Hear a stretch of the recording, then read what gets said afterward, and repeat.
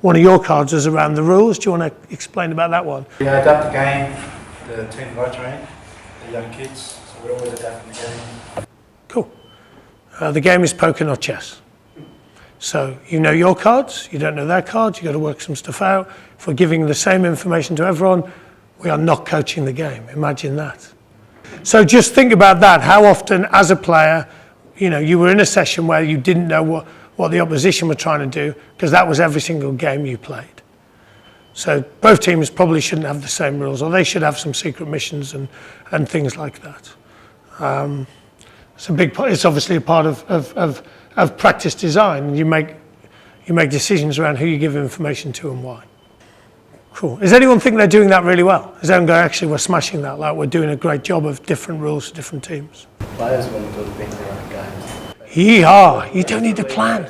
A secret power, right? They could throw a forward pass, opposition didn't know. All of a sudden it breaks the game open. Teams allowed to kick or not, allowed to skip past, whatever it might be. Yeah, look, the reality is the game involves problem solving. Pure and simple. So how much of your coaching involves problem solving? One is working out what the opponent are trying to do. And it could be as simple as, this team are trying to get interceptions. So the reality is the minute I tell everyone this team are trying to get interceptions, it becomes very hard to get an interception and you behave differently. So who you give information to is a super important thing. I love that the kids have taken over it.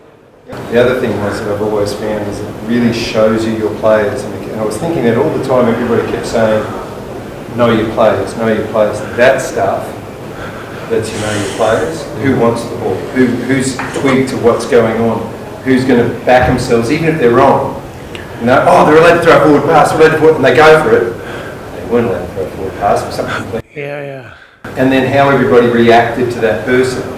Was it positive or was it, oh, you're an idiot? And it really showed me a lot about my students and my players. Maybe reflect upon it. It's a great nudge, Grant, around how many times you're again, measure it. How many times, I'm going to ask James O'Connor it later, how many times your players call the huddle versus you call the huddle. The reality is they're not doing problem solving if you're calling the huddle. So scaffolding that into games, each team's got 2 timeouts. One lasts 15 seconds, one lasts 45. So they have to think about how long this problem's you're going to be taking. And then probably for me, I would have a framework around see it, share it, solve it. So actually have we seen it? Have we worked out they're trying to intercept? Cool. Often I'll go, cool, what are they trying to do? And you'll go, interception. I'll be like, cool, awesome, John. How many people have you told? Yeah, tell them next week. Tell them next week, mate. No rush. And then we've got to solve the problem, haven't we? That should be what training looks like. Cool. Any more cards? The variation I've done on that is I touch and say there are 5 rules. You don't know what they are. And try not to actually stop the game at any stage. Just let it flow until they can actually work with themselves without help. Yeah, nice, cool. And again, something to think about always is so it will be my conversation later with James, but at times you think fast and at times you think slow. So when James is talking about thinking fast, I'm in the moment, I'm not thinking. But the reality is, when there's a minute on the clock and you're 6 points up, then you are thinking. You are going, cool, let's keep the ball, let's play in the opposition half. So did anyone pick up a match day one, like a black card, a match day one? Cool, what did you pick up? Do not shout instructions during the game. Is that your super strength or the one that's taking you to the next level, sir? That's the next level. Awesome, nice. Yeah, too many instructions. Why is that? I guess you just got to trust them to kind of work. Like you were saying then, you got to trust them to make mistakes and work things out. Cool. As opposed to, get back, he's going to kick What it. would your experiences be of being coached? Would they be similar to that? Would that be something you experienced as a player? Yeah, too much coaching. Yeah. I actually think it's under coaching, by the way, but I get what you're saying. It sounds like it's over coaching. So a couple of things.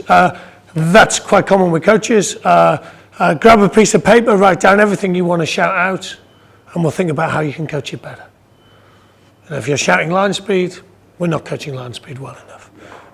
And again, the reason I asked the question is because all of this starts with self-awareness. So if I think like a coach developer, I'll observe a coach, what are your intentions, what do you want to get out of the session?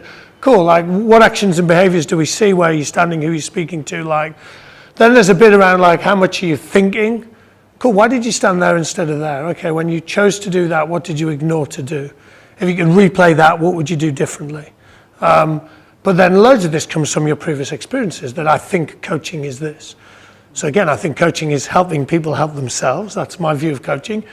Other views are completely available. So it is about helping people be able to run their own meetings, run their own sessions. I worked a bit with Keith when he was with the Sevens. He said something to me, it was brilliant. He said, oh, Rusty, he had COVID, and he said, I went and watched training, and it's not as good when I'm not there. I was like, that is your fault. Of course it's your fault, isn't it? Like, someone needs to do that. That's why I had as one of my cards. Go on.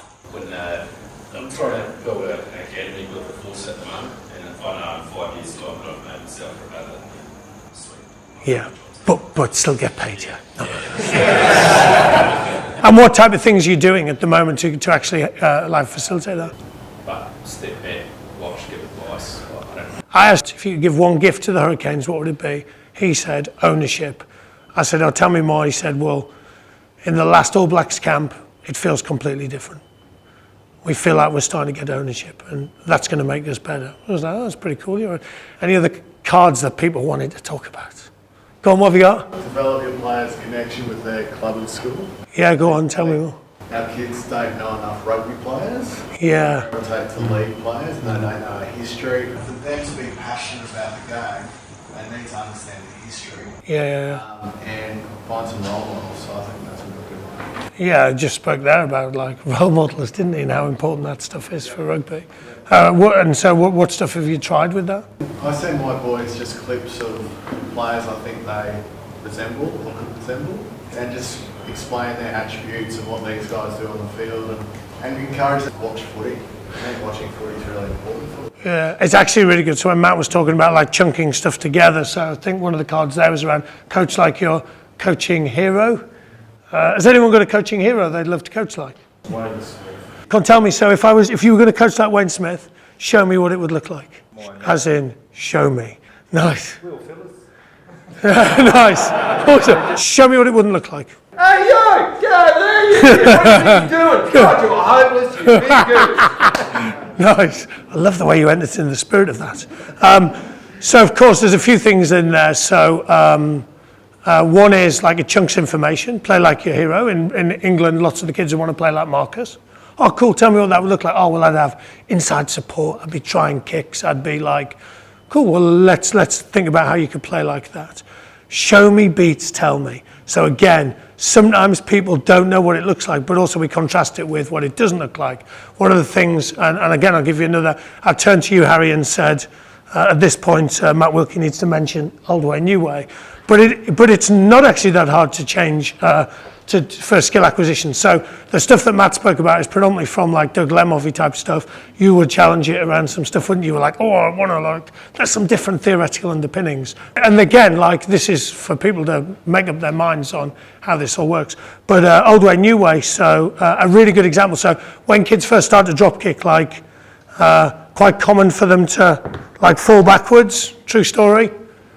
My son did it, and partly because that the problem isn't exaggerated enough so they can kick it, but if they go further away it would be harder. So one of the best ways to, so you might go, actually you're going to kick it and you're going to follow through, but then one of the best things is then to go back to the old way. We spend our time as coaches going to this way, but actually you need to go back and then your brain processes different. I'll give you a good example. So put your hand up if you feel like you speak too much in huddles. Actually, that's like something I do quite a bit. Awesome, I appreciate your honesty, everyone. So Birmingham City, we used to call it the wedding speech, because everyone takes bets, don't they? I don't know if they do here, but in England they take bets on it. So we would take bets on it. And one guy did 11 minutes. So we actually established, like, look, we could do this in 30 seconds. So we did 30 seconds. But then we made you go back to 11 minutes. Knowing already that you can now do 30, and imagine I'm doing it now and I've started speaking and there's 10 seconds gone and I've got 10 minutes 50 to go, and I'm really aware of this, and I have no idea how I'm going to speak for another 10 minutes, but however, you were doing it before. So old way, new way, really good way to do skill acquisition. Sorry. So if you want to change behaviours of people, it is the best way to do it. Put your hand up if you hadn't heard of it. Me, like 5 years ago, and a guy came up to me at a conference and went, this is going to change your world, Rusty, and it has changed my world. Especially if you're coaching individuals like kicks and stuff like that.